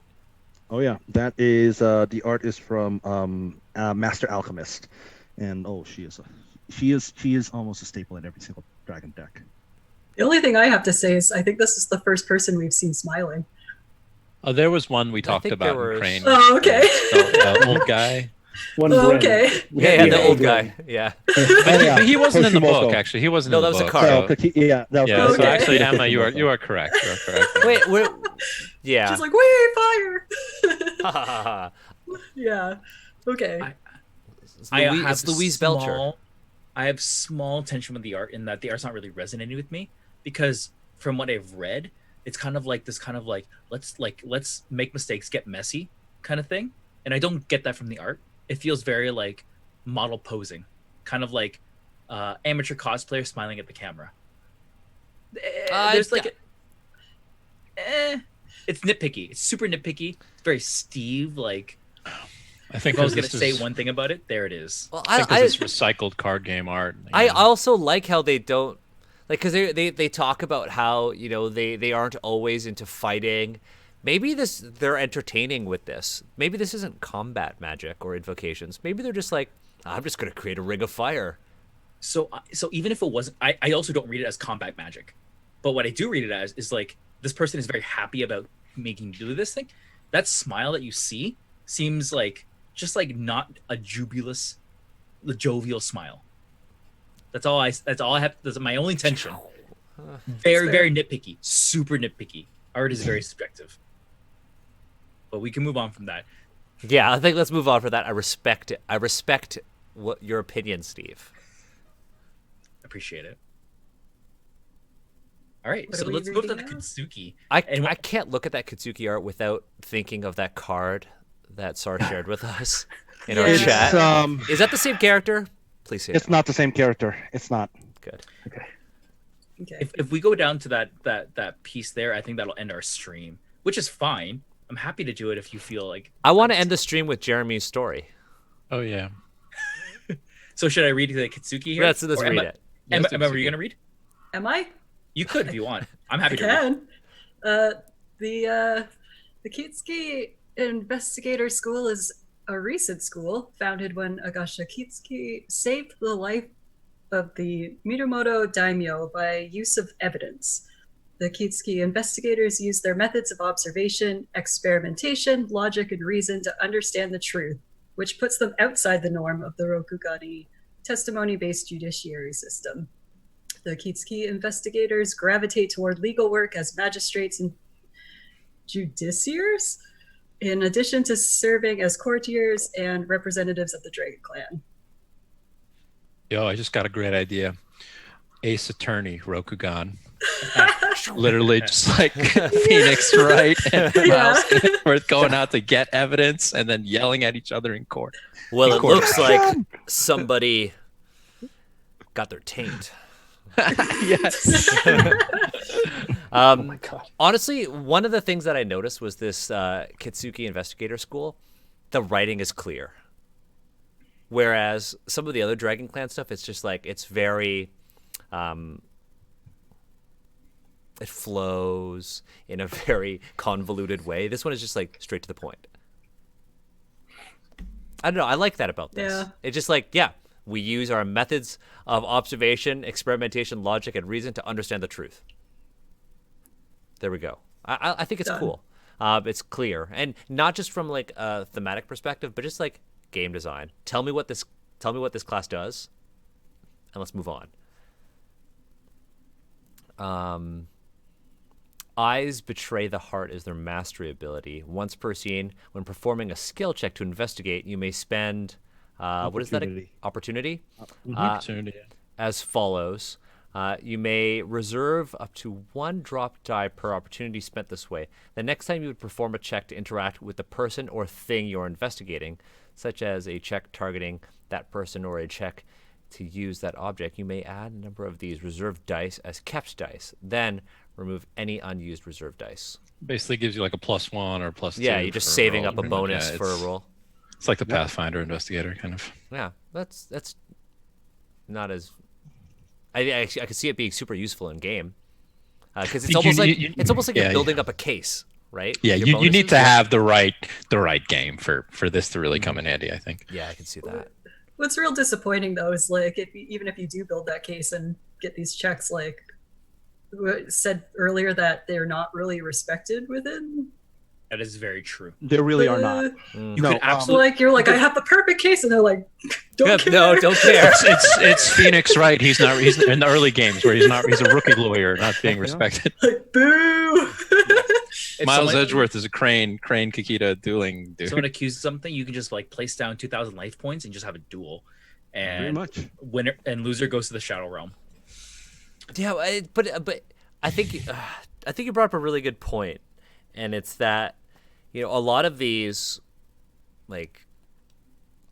clans, a lot of these families, a lot of these classes and whatnot, they do really interesting things, but like the interesting things about the Kitsuki don't always work in every single L5R game. It's like in one game, this Kitsuki could be super interesting and, you know, narratively and mechanically, but in another game, it's like the GM might not even give you a chance to investigate or allow you to build up this case. Whereas in a game, sorry, go ahead. No, Daniel. go ahead. For those playing in the L5R Game Master Screen Adventure, this character would probably come in very handy because I played through that and we were all bumbling rolls and had no idea what to do. A Lion Clan and like a Lion Clan and a Dragon Clan and a Unicorn Clan trying to do an investigation, and we just sucked. Yeah. Yeah, Slow Tide Harbor is a place for crime. Yeah. Does L5R have its own sort of adventurers league, sort of organized RPG play? No, generally, if there is organized RPG play, it's usually done at like big conventions like Gen Con, Origins, or at L5R Worlds. But most, and you know, storyline decision that affects the RPG does happen during those events too. Gotcha. Okay. Interesting. Let's move on to we got 2 more. We have a little bit of time left. Miramoto Two Heavens Adept School. The Miramoto Dojo's unique 2-sword style, Niten, or Two Heavens, is only one component of their mastery of swords in combat. Its students follow the Tao of Shinsei and use it to guide them in war and peace, seeking to apply its practical lessons to all things. Like all of the dragon, they are used to physical hardship and can persevere under great stress. That's cool. Yeah. I mean, that last line didn't have to be here for the Miramoto Two Heavens Adept School if all dragons are like that. Yeah. Could have put something that was unique to them there. Okay. It's interesting. Their ability, Heart of the Dragon. Once per round, when performing an attack action check, you may spend opportunity as follows. Opportunity to perform a strike action with a readied weapon you have not used for an attack action this turn. That sounds super powerful. Yeah, it sounds really powerful. I think their Way of the Dragon School ability is cooler, actually. Way of the Dragon. Yeah, go ahead, Jeremy, if you want to read that. Yeah, once per round, during a duel or skirmish, when you are targeted by an attack check with a melee weapon, you may use one of your weapons readied in a one-handed grip or one of your hands if it is empty to ward or trap. If you ward, the attacker has to re-roll dice containing successes or explosive successes up to your school rank. If you trap, reduce the target number of your next attack check against the attacker this scene by your school rank to a minimum of 1. You can't choose this weapon for attack actions until the end of your next turn. It's pretty good in combat. That's pretty sweet. You can a lot of combat utility with that one. Yeah, without fully understanding the rules, that's very I get the sense of that you control the fight. Yes, it's very much so. You basically hold on to a person and you just get bonuses against them. Yeah, you make your opponent re-roll, and that comes in handy. It's neat. Impressions on the art. I don't know how to fight with 2 swords, so I don't have a comment on the pose. Hey, it's typical dragon. They fight with 2 swords all the time because they got 2 hands. Yeah. Let's go to the Togashi Tattooed Order. The monks of the Togashi Order have dedicated themselves to discovering and fulfilling their soul's destiny, believing that to be their individual path to achieving enlightenment. They are aided in this by a prophetic vision of their leader, the Dragon Clan champion, as well as the mystic tattoos that bind them to their order. The tattoo's artistry is matched only by their unusual powers. Only those who become a true Izumi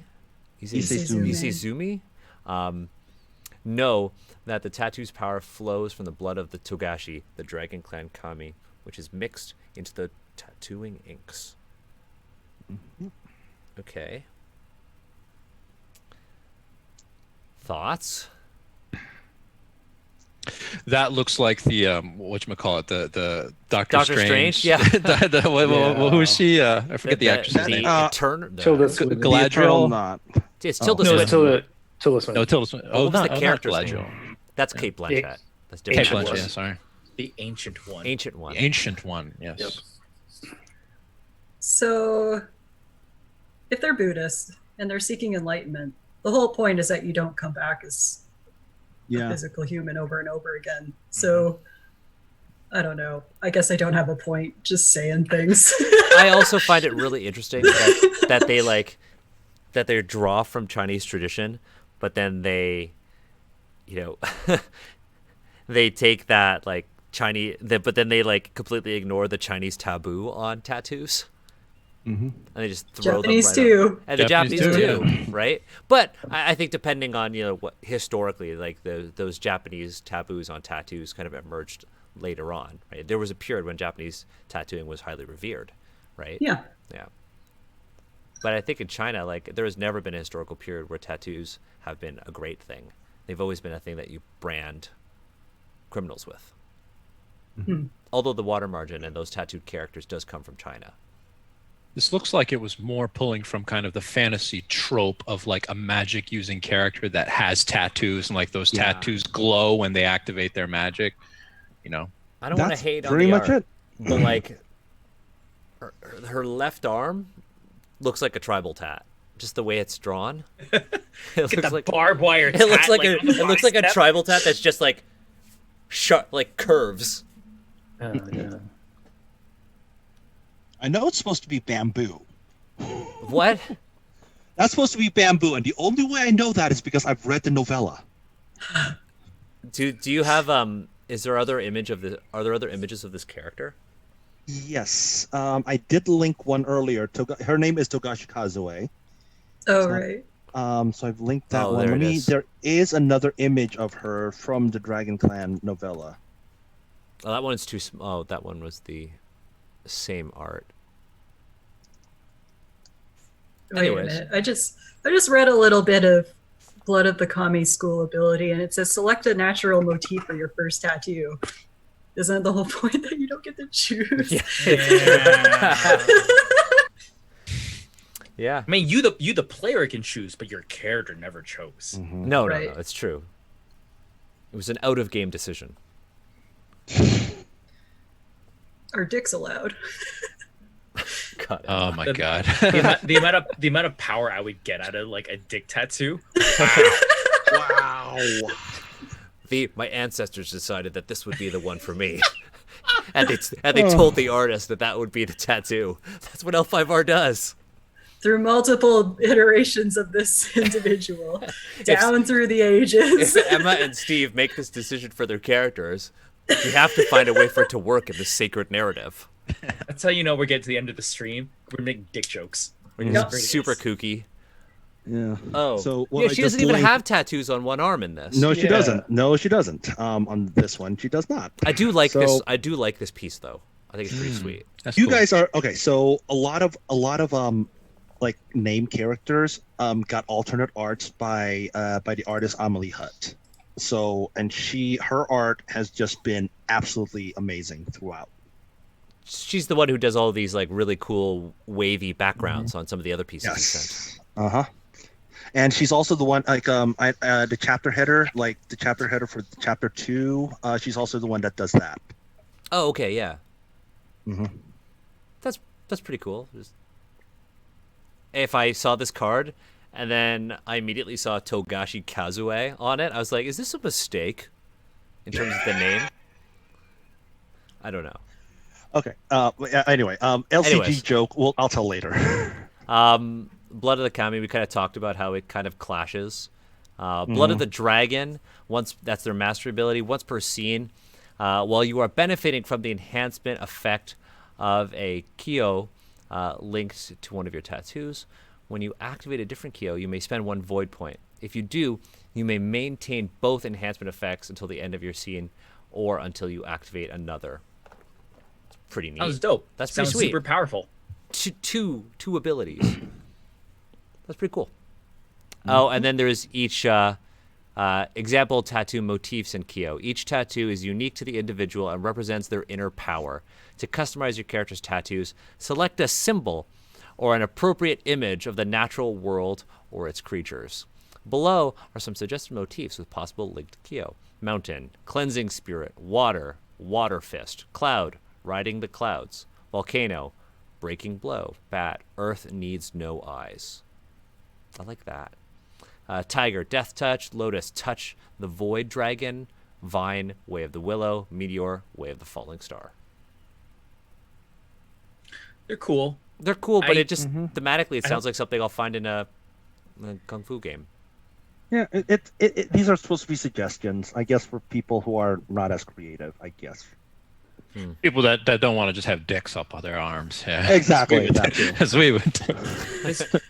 This is one of the things where, like, I think a conversation between player and GM, if it was facilitated better with the text, more gracefully with the text, would be very meaningful. I would love to, as a GM, talk to my player about, like, okay, like, you get a tattoo, your character doesn't get to choose it, the artist does. Who is that artist, and what relation do you have with them? That artist now, like, makes a tattoo, and the artist interprets whatever mysticism that makes sense for, like, your setting, and decides that, like, I've made the bat. Earth needs no eyes. And that could be very powerful from, like, an emotional standpoint and really draw you in as a player. But that's not here. No, I was about to say, like, it's super not in the text. But Steve, you've just described a game that's not L5R. Yeah, and the Dragon Clan, there's only one tattoo artist in the Dragon Clan, Togashi Gaijutsu. Of course. So, yeah. I mean, there is totally the, like, you out of game can decide what your tattoos are going to be. Like, any good GM would do that. You'd be a terrible GM to be like, no, your tattoos are, you can't have, I don't know, you can't have bamboo tattoos. You must have peonies. You're taking agency away from the player.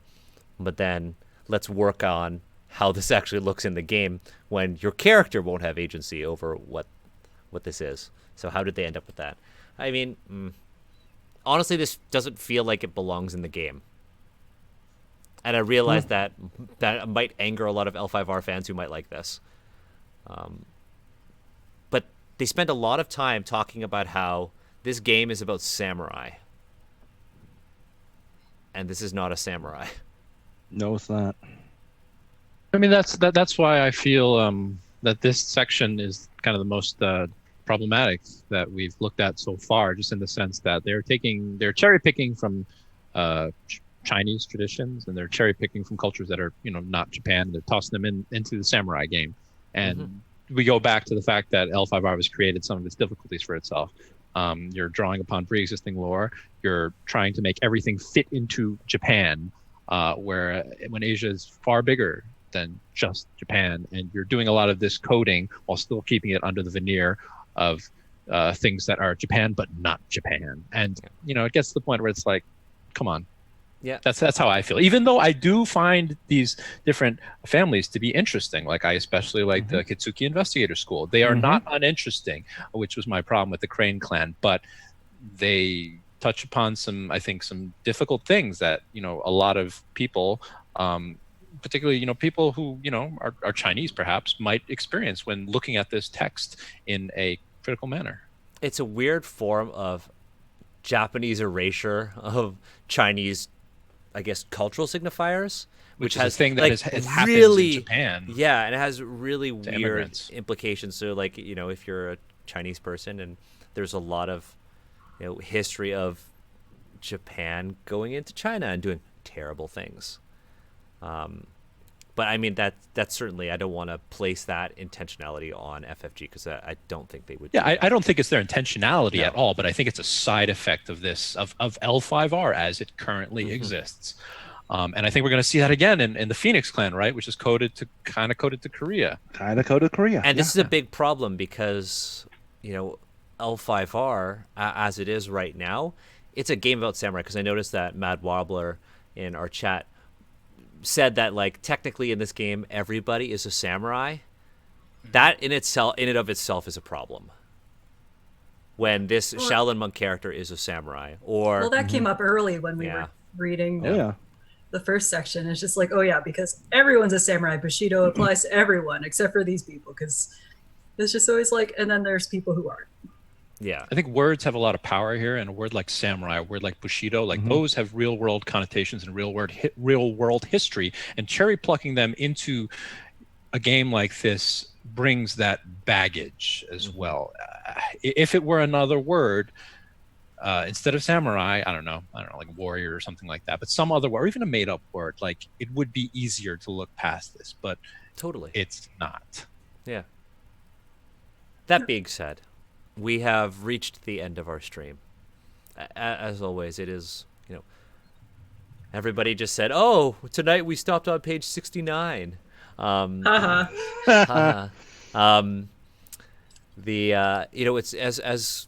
as usual. It's always a pleasure to read through this book with you. It's always a pleasure to learn about all of your different insights. It's a pleasure to, share our, our difficulties with the game, but also, talk to each other about our differences in opinion over this game. I really like that we do that in a respectful way. That being said, folks who are watching, be it on Twitch or on YouTube, if you want to get in touch with, these amazing people, buy their games, ask them questions. Everyone, where can people find you on the internet? Let's start with Emma, who is below me on the overlay. What do you mean, find me on the internet? Where are you on Where are you on Twitter? Is it my name on the overlay? Sorry, I'm not playing along. It's okay. It's just Emma being Emma. I'm at Starcheologist or Starcheologist. I don't Twitter a lot, but like I do check it, and I'm on the Discord for Asians Represent. So yeah. Emma, did you say starcheologist on purpose because you study starch? Yeah, I'm a starch studying archaeologist, starcheologist. I get it now. I just jammed it together. I'm always blown away by how cool. It's very Japanese, jamming different words together to make. Yeah, right. Nice, Monty. You got going anything on? Unfortunately, nothing I can talk about because I'm under a million NDAs. But you can find me on Tate Twitter. will get you if you spill your secret. Yeah, pretty much. You can find me on Twitter at Monty_Lin. I mostly retweeting people.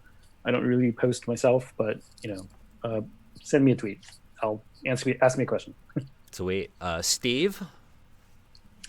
I took some time off from the stream to like go and recenter and like rediscover what it means to be human in these very trying times. I have nothing going on, but I do want to extend my love and respect to everyone out there. If you find yourself like lacking something, now's a great time. Just like think about what you could do. Just kind of give yourself that little bit of boost as we kind of get to the home stretch here of this pandemic that we're in. Take care of yourselves. Be kind to yourselves. Yeah. Monty, how about you? You just did, Monty. Sorry, Monty. Sorry. Amazing. Okay, I will say this. So I've worked basically 10 hours straight every day this week without a break. So this is the end of my week. I'm so sorry, everyone. Sorry. It's okay. No shout out from me, but I do want to shout out. You guys are obviously. I think you guys are fans of the Crab Clan. I think it's safe to say that for you guys. Yeah, the Crab Clan novella was just released today. Nice. Yeah, and it's going to focus on the youngest son of the Crab Clan champion, Hida Sukune. That's awesome. I'll plug it. I'll give it a read. All the novellas. There's 4 others one so far. They have been great. I think this one's going to be good too. Sweet. And so that's everyone.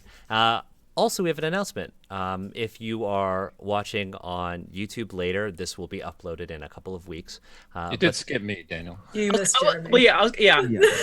I was like, how many beers did I have? Did we skip Jeremy? I literally It's totally okay. It's fine. Jeremy, what have you got going on? You amazing human being. I don't really have anything new going on, but I will share my story.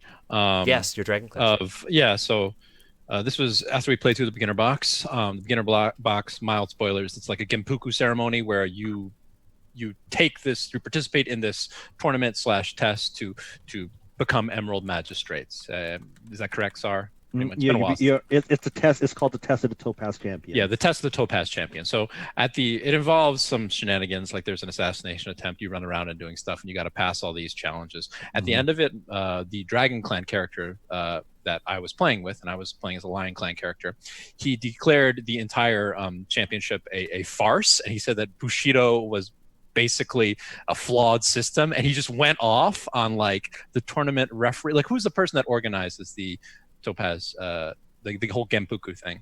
I think it's I believe it's the Crane that does it. Yeah, it was a Crane. But anyway, he just went off, and it was great role playing. And all of us, we'd apprehended the bad guy, but this had just been kind of like his shtick that he was playing out throughout the game, being like this kind of, strange, unusual dragon monk. And at the end, he really went for it. He was like, "This is a farce," blah blah blah blah blah.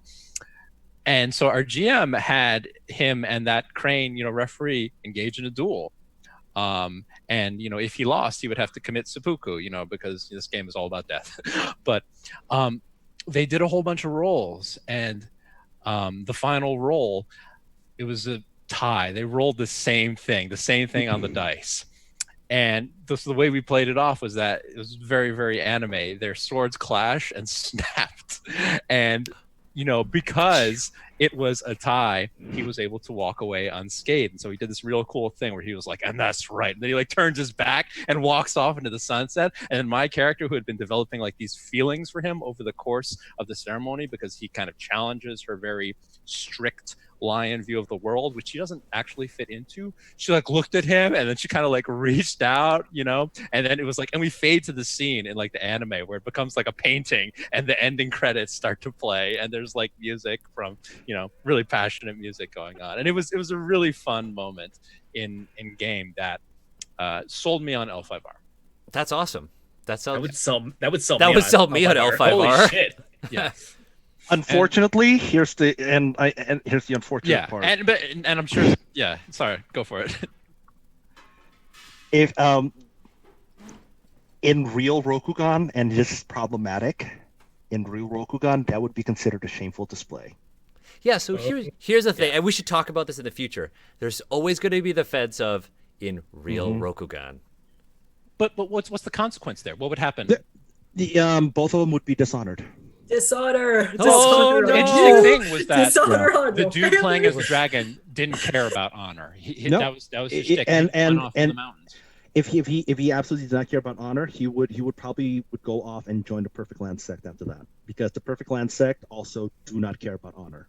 Okay. Yeah, and well, there you go, right then and there. But at least for my character, in terms of my character, it created kind of the schism that I started playing with. What does she really think about the rules and traditions that she's been brought up with, and how can she rebel against them? Which is the undercurrent of this game to me, which is basically play L5R in the way it's not meant to be played. Yeah, basically. And here's the thing: when we get to the Phoenix, I'm gonna tell you guys this one fact: more Ronin come from the Phoenix per capita than any other clans.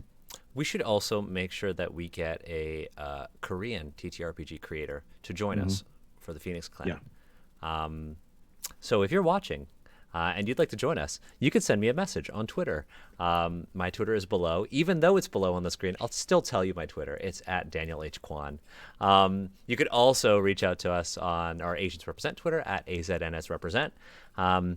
Announcement, but because I forgot to call on Jeremy earlier, our announcement is that tomorrow we're actually going to be doing a Dungeons End Asian stream. We're going to be doing our finale of Bamboo in the Dark, which is a one-shot prequel that is GM'd by a guest GM, Kevin, who is doing we're doing a 2-part campaign or an adventure set in a fantasy Vietnam. So it's going to be pretty fun. I really liked the first part because I rarely get to be a player, so it was really nice. If you want to know more, or if you miss it, you could head to unbreakablerpg.com, because Bamboo in the Dark is actually an adventure in that best-selling Asian anthology. That being said, everyone, please make sure you take care of yourselves. I know that I love the group that we have here, because we have our serious moments. We have our moments when we laugh. We're able to kind of express a broad range of emotions as we're reading through this book. There are good things, there are bad things, there are, things that some of us think are problematic, some disagree, and that's totally okay. Now, that being said, there are a lot of emotions whenever we stream, and I think that's why people tune in, and I appreciate you folks for that. But, as Steve always says, we should all take care of ourselves. Please do so. I will admit that I have not been taking good care of myself. I work too much. As Steve always tells me, I work way too much. And so what I'm going to do is I'm going to actually sign off technology for the rest of the night. Nice. Yes. I know. Yes. It's so unlike me. It's actually why I started painting miniatures, because I was like, I need to do not tech stuff. And so I started painting minis. Yeah. So let me get into Warhammer. Let me get into Warhammer. No, I didn't do that. No, I didn't do that. I'm reading a skirmish game called a narrative skirmish game called Rangers of Shadow Deep, and it's kind of got like an L5R Crab Clan vibe, and it's set in this fantasy land where there is this ever expanding region called the Shadow Deep, and it's engulfing kingdoms. And you play as a ranger with all of your associates who venture into the Shadow Deep lands, the Shadowlands, in order to rescue people in your kingdom as this darkness is slowly encroaching upon your kingdom. It's pretty cool. All those minis look like a lot of fun. I'm looking at them now. Sounds dope, but I think we should close this call. Yeah. Close this stream. Daniel, you need to unplug and I take do. care of all that and enjoy that, Yeah. because I really hope you do. And tell me about it, not tonight. Well, no, I much still have later. to paint and assemble all my minis, so I won't be playing for another week. All right. But anyways, all right. everyone take care of yourselves. It was good to see all of you in chat. Good to see all 5 of Yeah. you in, virtually. Maybe one day, if we all go to a convention, we'll do an episode of this live. Oh yeah. Because we'll still be reading this book. Honestly, if we do a live episode of this, I think we should read the timeline from Emerald Empire. Honestly, what I think we should do for a special stream is assemble a whole cast, and we'll end with this. I know Steve's like, Daniel, get off the computer. Chat, show some love if you think this idea is good. I think we should do a live read of one of the novellas. Ooh. Dramatic read. A dramatic Yes. read. And we can add our own commentary and stuff. But I think Only it'd if be it's really got fun. smooching. Yes. Yeah, Gotta have smooching in it. We'll have Sar pick it. We each have to put in like That sounds like fun. what are some things we want. Steve wants smooching. It has to have smooching. Daniel, I don't know. We'll each figure it out. The chat is just like going off on this. So I think we'll invite other people. It has to be this one. This is Swords. probably the best one. The sword and the spirits. The sword and the spirits. And like if we figure it out, we'll figure out a way to do this. We'll have everybody participate. We'll read a chat